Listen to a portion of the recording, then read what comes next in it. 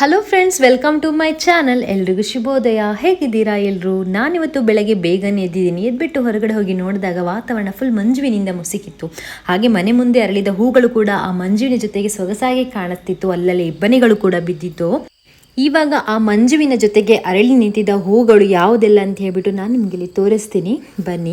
ನಾನು ಅವತ್ತು ಒಂದು ವಿಡಿಯೋ ಮಾಡಿ ತೋರಿಸಿದ್ದೆ ಹೂಗಳು ಯಾವ್ಯಾವ ಇದೆ, ಯಾವ ಥರದ್ದೆಲ್ಲ ಇದೆ, ಹೇಗೆ ಮೇಂಟೈನ್ ಮಾಡ್ತಾರೆ ನಮ್ಮಮ್ಮ ಅಂತ ಹೇಳ್ಬಿಟ್ಟು.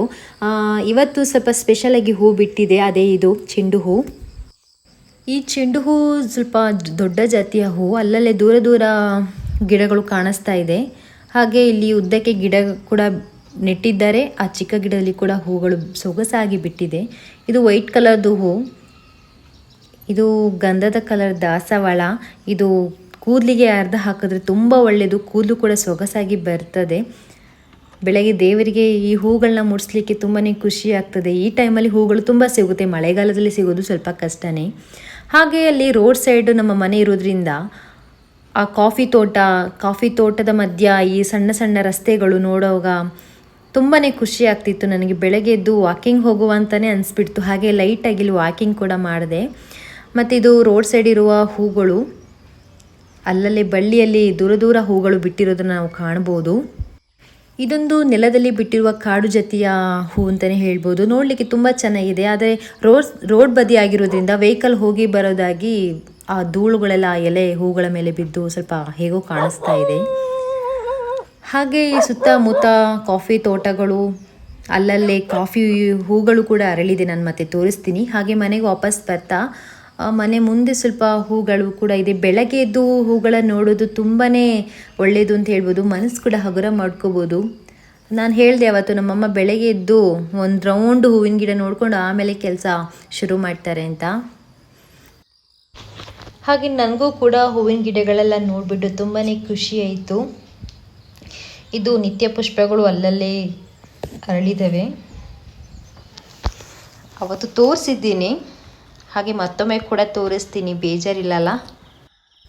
ಈ ಹೂವಿನ ಗಿಡಗಳಿಗೆ ಹಾಗೆ ಕಾಫಿ ತೋಟಗಳಿಗೆ ಒಂದು ಮಳೆ ಬಿದ್ದರೆ ಸಾಕು, ಎಲ್ಲವೂ ಚಿಗುರ್ಕೊಂಡು ಮತ್ತೆ ಇನ್ನಷ್ಟು ಚೆನ್ನಾಗಿ ಕಾಣಿಸ್ತದೆ ಅಂತಲೇ ಹೇಳ್ಬೋದು. ಹಾಗೆ ಎಲ್ಲರೂ ಕೂಡ ಮಳೆಗಾಗಿ, ನಮ್ಮ ಮನೆಯಲ್ಲಿರುವ ಹೂಗಳು ಕೂಡ ಮಳೆಗಾಗಿ ವೆಯ್ಟ್ ಮಾಡ್ತಾ ಇದೆ. ಇದು ನಂದಿ ಬಟ್ಲ ಅಂತ ಹೇಳ್ಬಿಟ್ಟು ಅವತ್ತು ನಾನು ಗಿಡ ಮಾತ್ರ ತೋರಿಸಿದೆ. ನೋಡಿ, ಇದೇ ವೈಟ್ ಕಲರ್ ಹೂ, ಸ್ಮೆಲ್ ಕೂಡ ಅಷ್ಟೇ ಚೆನ್ನಾಗಿದೆ. ಮತ್ತು ಚೆಂಡು ಹೂಗಳು ಅಲ್ಲಲ್ಲೇ ಸಿಗ್ಬೋದು. ನೀವು ಏನೇ ಹೇಳಿ, ಹೂವಿನ ಗಿಡಗಳು ಚೆನ್ನಾಗಿ ಕಾಣಿಸ್ಬೇಕು ಅಂತ ಹೇಳಿದ್ರೆ ಮೇಯ್ನಾಗಿ ನೀರು ಬೇಕು. ನೀರು ಜೊತೆಗೆ ಗೊಬ್ಬರ, ಮಣ್ಣು ಚೆನ್ನಾಗಿರಬೇಕು. ಮತ್ತು ನಾವು ಹಾಗೆ ಮೇಂಟೈನ್ ಮಾಡಬೇಕು. ಹಾಗಿದ್ದಾಗ ಮಾತ್ರ ಹೂವಿನ ಗಿಡಗಳು ಅರಳಿ ಚೆನ್ನಾಗಿ ಕಾಣಿಸ್ತದೆ ಅಂತಲೇ ಹೇಳ್ಬೋದು. ಹಾಗೆ ನಾವಿಲ್ಲಿ ಮಳೆಗಾಲದಲ್ಲಿ ದಾಸವಾಳ ಗಿಡಗಳನ್ನ ಅಲ್ಲಲ್ಲೇ ಹೂರಿಟ್ಟಿದ್ದು, ಅದು ಕೂಡ ತುಂಬ ಚಿಗುರಿ ಅಲ್ಲಲ್ಲೇ ಹೂಗಳು ಕೂಡ ಬಿಟ್ಟಿದೆ. ದೇವರಿಗೆ ಮುಡಿಸ್ಲಿಕ್ಕೆ ತುಂಬ ಹೂ ಇದ್ದಾಗ ಮಾತ್ರ ಖುಷಿ ಆಗುತ್ತೆ ಅಲ್ವಾ. ಮಳೆಗಾಲದಲ್ಲಿ ಈ ರೀತಿ ಹೂಗಳು ಸಿಗಲ್ಲ. ಇದು ನಾನು ಅವತ್ತು ಯೆಲ್ಲೋ ಕಲರ್ದೊಂದು ಹೂ ತೋರಿಸಿದ್ದೆ. ಅದನ್ನು ಮರ ನೋಡಿ ಎಷ್ಟು ದೊಡ್ಡದಿದೆ ಅಂತ ಹೇಳ್ಬಿಟ್ಟು. ಇವಾಗ ಸ್ವಲ್ಪ ಜಾಸ್ತಿ ಸಿಗ್ಬೋದು ಈ ಹೂಗಳು. ಆಮೇಲೆ ಅಲ್ಲೇ ಮನೆ ಪಕ್ಕನೇ ಒಂದು ದೊಡ್ಡ ತೋತಾಪುರಿ ಮಾವಿನ ಮರ. ಫಸಲು ಸ್ವಲ್ಪ ಜಾಸ್ತಿಯೋ ಕಮ್ಮಿಯೋ ಕಾಣಿಸ್ತಾ ಇಲ್ಲ. ಹಾಗೆ ಅಲ್ಲಿ ಎಲೆ ಬಳ್ಳಿನ ಕೂಡ ನೆಟ್ಟಿಟ್ಟಿದ್ದಾರೆ. ಹಾಗೆ ಮನೆ ಆ ಕಡೆ ಕಾಫಿ ತೋಟದಲ್ಲಿ ಕಾಫಿ ಹೂಗಳು ಕೂಡ ಅರಳಿ ನಿಂತಿದ್ದು. ಅದನ್ನು ನೋಡಿ ನನಗೆ ತುಂಬಾ ಖುಷಿ ಆಯಿತು. ಈ ರೀತಿ ಅರಳಿದ ಹೂಗಳು ನಮ್ಮ ಮನೆಯ ಸುತ್ತಮುತ್ತ ಇದ್ದರೆ ಎಷ್ಟು ಖುಷಿಯಾಗುತ್ತೆ ಗೊತ್ತಾ.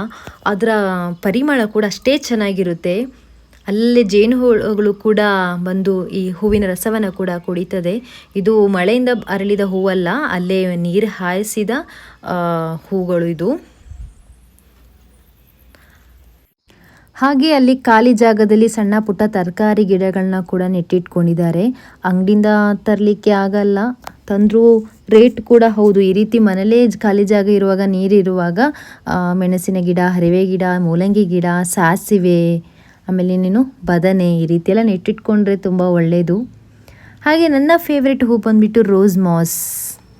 ನೋಡಿ ಎಷ್ಟು ಚೆಂದ ಅರಳಿ ನಿಂತಿದೆ ಅಂದರೆ. ಒಂದು ಆರೆಂಜ್ ಕಲರ್, ಪಿಂಕ್ ಕಲರ್ದು, ಇನ್ನೊಂದು ವೈಟ್ ಪಿಂಕ್ ಎಲ್ಲೋಯ್ತು, ಕಾಣಿಸ್ತಾ ಇಲ್ಲ, ಅರಳಿಲ್ಲ ಅನಿಸುತ್ತೆ.